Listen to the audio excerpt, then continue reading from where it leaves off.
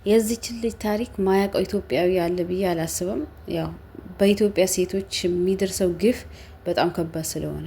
አሰላሙ አለይኩም ወራህመቱላሂ ወበረካቱ። ውድና የተከበራችሁ የዜና ቤተሰቦች እንደምናችሁ፣ ሰላም ናችሁ? አልሐምዱሊላህ ከኔ ጋር ሁሉ ሰላም፣ እንዲሁም ክርስቲያን ወገኖች ሰላም ብያለሁ። ሰላማችሁ ይብዛ። ወደ ቪዲዮ ልጋብዛችሁና አንዳንድ አስተያየት እንሰጣለን የራሳችን። እናንተም ኮመንት ላይ ያስቀምጡ። ወደ ቪዲዮ። የካሙ ባለቤት ነኝ። የልጆቼ እናት ነች። እሷ ደግሞ ካሙ ነው የምትላት። በጣም ጥሩ በጣም ጥሩ። ካሚላት ጋር መቼ፣ እንዴት፣ የት ለመጀመሪያ ጊዜ የተዋወቃችሁ? የአደጋ ጊዜ ነው የተገናኘ ነው የተዋወቅ ነው። እንደ ቤተሰብ ነን። አንድ አካባቢ ነው የምንኖረው፣ አንድ ሰፈር።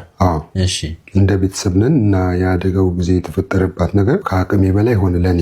ሳያት ደግሞ ስለማውቃት ከዛ በፊት በቃ ሁሉ ነገሬን ወሰደችው። በቃ ወደ ውስጡ አገባው ማለት ነው። አንድ ላይ ከእሷ መለየት አልቻልኩም። በቃ ማለት በፍጹም ጥሩ ሰው ነች በጣም። ከዛ በፊት ይሄ ነገር በፍጹም በእሷ ላይ በፍጹም በማንም ላይ እንዲደርስ አትፈልግም፣ ግን በእሷ ላይ ከባድ በፍጹም ያ ነገር በቃ ታውቆትና የሆነችውን እንድትኖርልኝ እንድታስብ ፊውቸር እንዳትቆም እዚህ ጋር ሊያሰናክልሽ ነው፣ ግን አትሰናከይም። አንቺ ጠንካራ ሴት ነሽ። የተሻለሽ ሆነች ደግሞ ኖረሽ ነው የምትበቀዩ። ተቀበለች፣ ሰማች።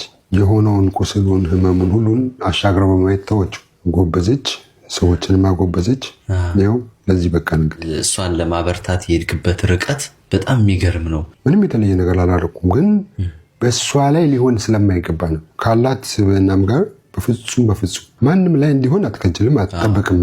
ሰዋዊነትም አይደለም፣ ግን እሷ ላይ ደግሞ ስፔሻል። ብዙ ጊዜ ሕክምና ላይ አብረት አሳልፍ ነበር። አዎ አልተላቀቅንም፣ በቃ አልተላቀቅንም። ሁሉን ነገር ተውኩት፣ ስራዬንም ተውኩት ምናምን። በዛ በወቅቱ በነበረ ኮንዲሽን ሁሉ ነገሬን ተውኩት፣ ገባው በቃ እሷ ጋር ጓጓው እንድትኖር። ሆስፒታል የካቲት ሆስፒታል አደጋው እንደደረሰ ይደብቆ ነበር እንዳላይ። ብዙዎቹ ሲመጡ ይሸፍኑኝ ነበር እንዳላቀው። ማለት ከባድ ነው ለነሱ፣ ከባድ ነው ሲያዩሽ ሪያክት እንዳያደርጉ እና እኔም መስታወት እንዳላይ ጥረት ያደርጉ ነበር። እና በዚህ አንድ ሰው ተደግፌ ነው አቅም ስላልነበረኝ። እና አንድ ልጅ ነበረ ሄደ። ከዛ አጋጣሚ ልክ ሲመጣ እሱ አየኝ፣ ገባ መኪና ውስጥ ሊደግፈኝ ነው። በቃ ሰላም ሊለኝ ነው የመጣው። ገባ፣ ቀረ እኔ ጋር ስራ ነበረው። ስራውን ተዋል፣ መሄድ አልቻለም። በቃ በዛ ሰዓት በጣም ቤስት ፍሬንድ ነው ሊሆን ነው እንዳልኩ።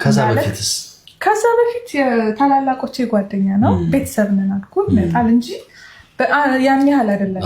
እና በሰዓቱ እሱ የሚያስበውን ነገር እኔ አላስብም ነበር። በሰዓቱ በጣም ነው የምናወራው። በጣም ተጫዋች ነው፣ ግልጽ ነው፣ እናወራለን፣ ሁሉን እነግረዋለሁ። እና ሆስፒታል እንዴት መሰለ የምናሳልፈው፣ መተው ሰዎች በጣም ነው የሚጨነቁት። የእነሱን መጨነቅ ለማስረሳት እኔ ስቅ እጫወት ነበር። እኔ ደግሞ በመሳቅ በመጫወት ረሳ ነበር ህመም። እና ይመጣል፣ የሚደብር ነገር የለም እዛ ጋር መሳቅ መጫወት ነው። በተራው ያድራል፣ ሰው ይተካል፣ በየተራ ነው። በቃ የማይሆን ቀናቶች ሲሆኑ ብቻ ነው የሚሄደው። እንደውም የመጀመሪያ ጊዜ ይህ ጥያቄ ሲጠይቅ ተጣልቼው ነው። ምን ሲጠይቅ? የፍቅር ጥያቄ የፍቅር ጥያቄ ጠይቀው እዛ ሆስፒታል እያለች ነው።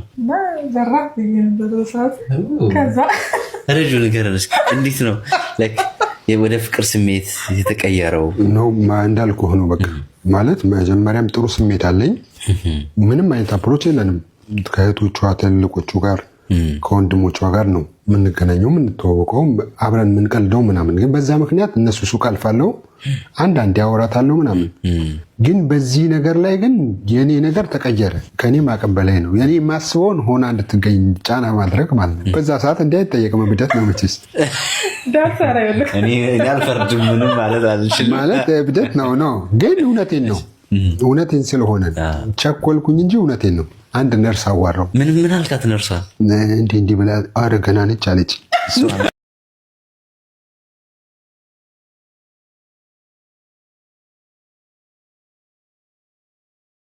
አጂብ አየን አይደለ? እንደዚህም አይነት ሰው አለ፣ እንደዚህም አይነት ወንዶች አሉ። እንደዚህ አይነት ወንዶችን ስናገኝኛ ማበረታታት፣ የሚበረታታውን ማበረታታት፣ የሚደነቀው ማድነቅ፣ ማውገዝ ያለብን ነገር ማውገዝ እና እንደዚህም አይነት ሰው አለ። አሁን ሰሞኑን ይቺ ልጅ አሁን ቪዲዮ አሁን በቅርብ ነው የተሰራው፣ ግን የእሷ ቪዲዮ አሁን ካሚላት ብላችሁ ሰርች ብታደርጉ ፌስቡክ ይሁን ዩቲዩብ ይሁን እኔ ራሱ የሆነች ልጅ እንደዚህ አሲድ የሁለት ልጆች እናት አሲድ ደፍቶባት የሆነ ሰዓት ከስራ ደክማ ገብታ በተኛችበት ምናምን አሲድ ደፋባትና እሷ እንትን ብላ ስትመጣ የዚችንም ልጅ ፎቶ ምናምን ለጥፈው እንትን ይላሉ። ሌላም ሰው አለ ገና ሚዲያ ያልወጣማት ነው። የኛ ኢትዮጵያ ሴቶች ጉድ በጣም ብዙ ነው ሀቂቀተን። ኢትዮጵያ እኔ እንጃ እኔ የቱን አውርቼ የቱን እንትን እላለሁ። በጣም ከባድ ነው። እኛውን ከሚዲያ መጠቀም ከጀመርን ራሱ ያየነው ጉድ ማለት ነው። ከዛ ፊቱን አላህ ይወቀው እና አሁን እቺ ልጅ እወድሻለሁ ማለት ሰበብ ነው ፊቷን አሲድ ደፍቶ። ተማሪ ነበረች፣ የዩኒቨርሲቲ ተማሪ ነበረች። ብስሚላ ያ ፊቷ ቆንጂዬ ፊቷን ማለት ነው እንደዚህ አድርጎ አሁን ከተለያየ የሰውነቷ አካል ቆዳ እንትን ብሎ ነው ስጋ ሱብሃንአላህ ፊቷ ላይ የተሰፋላት። በጣም ያማል ወላሂ። ይሄ የላችሁ ወንዶች አላህን አትፈሩም? ለወደዳችሁት እሺ በስም ማፍቀር ቢው ራሱ እንደዚህ ይደረጋል። እንጃ ትታትርም ሌላ ሴት የለም ወይስ የሷን ህይወት ለማበላሸት? እሷ ካልፈለገችስ? ሴት ልጅ ብልህ ናት። ሲጀመር አሪቃ ታስባለች። ማየውናት ትዳር ውስጥ መግባትም አትፈልግም። አንዳንዴ ተሳስታ ቢሆን እንጂ ማለት ነው እንጂ እንደዚህ አሲድ ደፍታችሁ ብታገኙት ምንም ጥቅም የለም። ግን አንተ እንደዚህ ብታደርጋት ደግሞ አላህ ደግሞ ለሷ ያዘዘላት ሳህሊ ደግ የሆነ ባል በዚህ ፊቷ የኛ ኢትዮጵያ ወንዶች እንደዚህ ተቋቁሞ አያገቡ። ግን እሱ ደግሞ አግብቶ ይኸው አግብቷት በሰርግ በቤሎ አይቼዋለሁ። እኔ ሰርች አድርጌ አይቼዋለሁ። አሁን የሶስት ልጅ እናት ናት ምናምን ነገር ማሻአላህ ተባረከላህ አላህ ያሳድግልሽ እና ልጆቼም ተለማምደውኛል አለች። እና ያን የመሰለ ሴት ልጅ ውበቷ ፊቷ ነው። ፊቷን አበላሽተህ እንደዚህ አድርገህ አንተ ያኔ መቼም ከህሊና ጸጸት አትርፍም እኮ በጊዜው ያው ታስሯል ምናምን። ግን ያው እኛ ሀገር ህጉ በደንብ ስለማይቀጣ ይለቁታል። ችግሩ ይሄ ነው እንጂ እኮ አንድ ሰው እንደዚህ ሲያደርግ ተገኝቶ ያ እርምጃ ቢወሰድ ኖሮ አንድ ሰው አንድንም ሰው አይበድልም ነበር። ህፃናት አይደፈሩም ነበረ። ገና ምንም የማያውቁ ተደፍረው አይገደሉም ነበረ የሆነ እርምጃ ቢወሰድ ኖሮ እና አሁንም እየቀጠለ ነው። ገና እየቀጠለ ነው። ይሄው ሰሞኑ ራሱ የሆነች ልጅ በወንድ ምክንያት ሳውዲ ሆና ራሷን አጠፋች ተባለ ማለት ነው። እና ብዙዎቻችሁ በሰው ወንጀል እየገባችሁ ትገኛላችሁ። አረቦች ናቸው የገደሏት ምናምን እያላችሁ እኔ ሰምቻለሁ። የህግ አካላት እዛ ሀገር ያሉ የኛ ኢትዮጵያውያን ራሱ ሲያወሩ ሰምቻለሁ። ከፖሊሶች ጋር የነበራቸው ቆይታ ሲያካፍሉ እህቷ ስታወራ ሰምቻለሁ። እና ልጅቷ አንደኛ ህገ ወጥ ናት። እነዛ የኢትዮጵያ ኤምባሲም ሆነ ምንም ሄዶ ለመከራከር በጣም ከብዶታል ምናምን እንደዛ እና አዚዛ ምናምን ከብዶናል፣ ህገወጥ ስለሆነች እኛ መብት የለንም አሉ። እና ደግሞ ሰዎቹ ወጥተው ነበር አለች እህቷ ስታወራ ሰምቻለሁ። ከቤት ወጥተው እሷ ራሷን አጥፍታ ተገኘች። ከዛ ሲገቡ ጊዜ ያው ሞታ ነው ያገኟት። ለፖሊስ ደወሉ። ፖሊስ እጅ ወደ ላይ ነው ያላቸው። ስልክ አላያዙ ምን ያላያዙ ቤተሰቡን በአጠቃላይ ነው እስር ቤት የወሰዱት። እና የሳውዲ 100,000 ሪያል ማለት ነው 100,000 ሪያል ቅጣት። ለምንድን ነው እንደዛ የተቀጡት? ስለገደሉ ሳይሆን ህገወጥ ሰራተኛ ቀጥረው ስለሚያሰሩ ስለነበረ ለዛ ነው 100,000 ቅጣት ለአሁን ማለት ነው። እና ፕሮሰሱ ደግሞ እስከ 6 ወር የሚቆይ ነው ተብሏል ማለት ነው። እንደዛ ሲያወሩ ሰምቻለሁ። እህቷ በእነሱ ወንጀል አትግቡ እኔንም አውርታኝ ነበር፣ እናቷንም አውርታ ነበረ ከመሞታ በፊት። እና ደግሞ ስልኩ ፖሊስ ጋር ነው። አሁን ይመረምራሉ በደንብ። ሳውዲ የሰው ነፍስ የሚከበርበት ሀገር ነው። እንደኛ ሀገር እንዳይመስላችሁ። ማንም ተነስቶ ማንንም የሚገልበት ምክንያት የለም። እና ይሄን ልላችሁ እወዳለሁ። እና ደግሞ በጣም ብዙ አሁንም የሆነች አራስ ገድሏል አሉ። የት አካባቢ ነው እያሉ ነበረ። አብላኝ አጠጣኝ። አራስ ስትሆኑ አራስ ሆናችሁ ያያችሁት ሰዎች ምናልባት ይሄን ልትረዱ ትችላላችሁ። የአራስ ስራ በጣም አይጣን ነው። መጀመሪያ ነፍሰ ጡር ስትሆኑ አያስፈልግም፣ ምንም አይነት ምግብ አያስፈልጋቸውም። ውሃ እንኳን መጠጣታችሁ በቃ ምናምን። ግን ስትወልዱ ምግብ ያስፈልጋል። አራስ በደንብ የምትበላው ለዛ ነው። አብሏት ተጎታለች እስከ 9 ስትወልድ በጣም ብዙ ደም ፈሷታል። ይሄን እንዲጠግንላት ምግብ ጥሩ የሚጠግናት ምግብ ነው ትብላ የሚባለው። ግን እኛ ሀገር ለምን አታበላኝም ሪቦኛል ምግብ ስጠኝ ብላ በጠየቀችበት እንትኑን ገድሎ እናቷን ገድሎ ልጅቷ ብቻ ሬሳው አጠገብ ነበረች አሉ ጎረቤት። ሬሳና ህፃን እናቷ የምትፈልግ ህፃን ልጅ ያገኘዋሉ። በጣም እኔ እንጃ እኔ ልቤ ተሰብሮ ማታ ሰምቼው በጣም አዘንኩ ማለት ነው። እኛ በኢትዮጵያ ሴቶች የሚደርሰው ግፍ ነግ በኔ ነው፣ ነግ በልጄ ነው፣ ነግ በዘመዴ ነው ብለን ማሰብ አለብን። ኢትዮጵያ እስካለን ድረስ የሴቶችን ጥቃት የሴቶችና የህፃናት እንትን የት ነው ያለው? ምንድን ነው የሚሰራው? አላቅም። እና ይሄንን ነገር እንደዚህ የሚራመድ ከሆነ እንደዚህ እንትን የሚል ከሆነ ሀቂቀታን የእኛ መጨረሻችን ምንድን ነው ብለን ስናስብ በጣም ይከብዳል። እኛም ሴት ልጆች ወልደናል እና የምር በጣም ነው የሚያስፈራው። አሁን እቺ ልጅ በጣም የምታሳዝነኝ የነበረው ግን አልሐምዱሊላህ አላህ ጥሩ ትዳር ሰጥቷታል። አላህ እስከ መጨረሻው ያድርግላቸው። መጀመሪያ ስለማቃት አሳዘነችኝ ያለ ይሄን ተቀብሎ የሚያገባ ወንድ የለም አበደን ማለት ነው። ያው አንዳንድ አላህን ፈሪ ምን ያክል አላህ ልቡን ሀጅር አገኝበታለሁ ብሎ እንደዚህ እንትን ብሎ እና ወንዶች አላህን ፍሩ። ሴትን ልጅ እንደዚህ አታድርጉ፣ ሴትን አትበድሉ። ሴቶች የረሱል ሰለላሁ ዐለይሂ ወሰለም አማና ናቸው።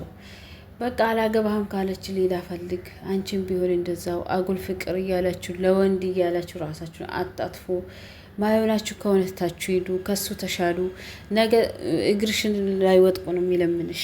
አንቺ ጀግና ከሆንሽ ጢሎሽ እንደሄደ ጢሎሽ ከይሽ ለምትን ለማመጫለሽ ጢሎሽ ለሄደ ለጠላሽ ቦታ ላልሰጠሽ ወንድ እንዴት ነው ራስሽ የምታጠፊው እንዴ? ያማችኋል እንዴ?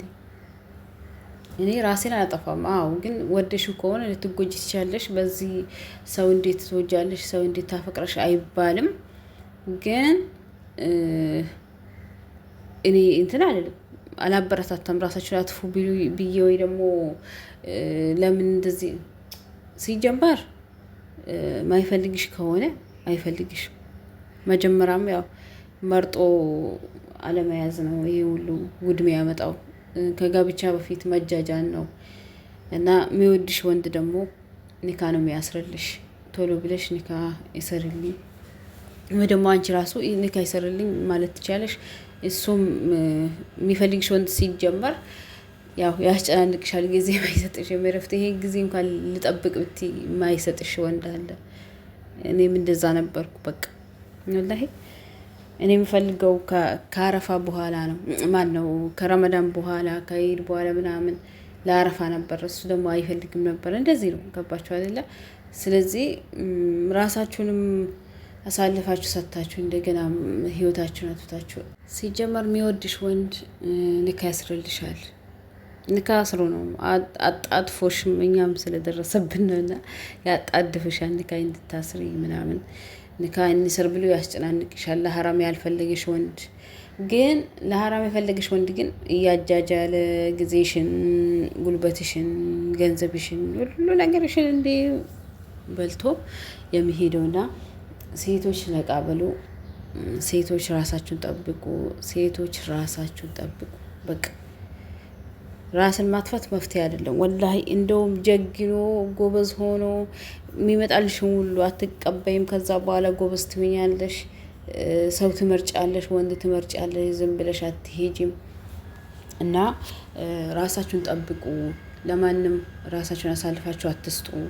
ምረጡ፣ ሰው ምረጡ። የምትውሉበትን አዋዋላችሁን፣ ጓደኛችሁን ምረጡ። ዝም ብሎ ያኔ ዝም ያለው ትዳር ውስጥ ገብቶ ከመሰቃየትም ደግሞ ከጋብቻ በፊትም መጃጃልም ጥሩ አይደለም። በየትኛውም ሃይማኖት በእስልምናም አይፈቀድም እንደዚህ አይነት ነገር። ከጋብቻ በፊት መገናኘት፣ ማውራት፣ ሻይን ጠጣ ከኒካ በፊት ያው እንደማይፈቀደው ሁሉ ኒካ ሳታስሩ እንገባበዝ፣ ዛሬ ራት፣ ዛሬ ምሳ ማድርሾ አይ ይሄ በጣም አደጋ አለው ማለት ነው። የሁለታችሁንም ህይወት ያበላሻል። እና መጥቶ ሲጠይቅሽ አንድ ሰው ወደ ኒካ ካልሆነ ግን አይፈልግሽም፣ አትጃጃይ። ፍቅር እያላችሁ የውጭ እንትን ስትራቴጂ እየተከተለ ፈረንጅ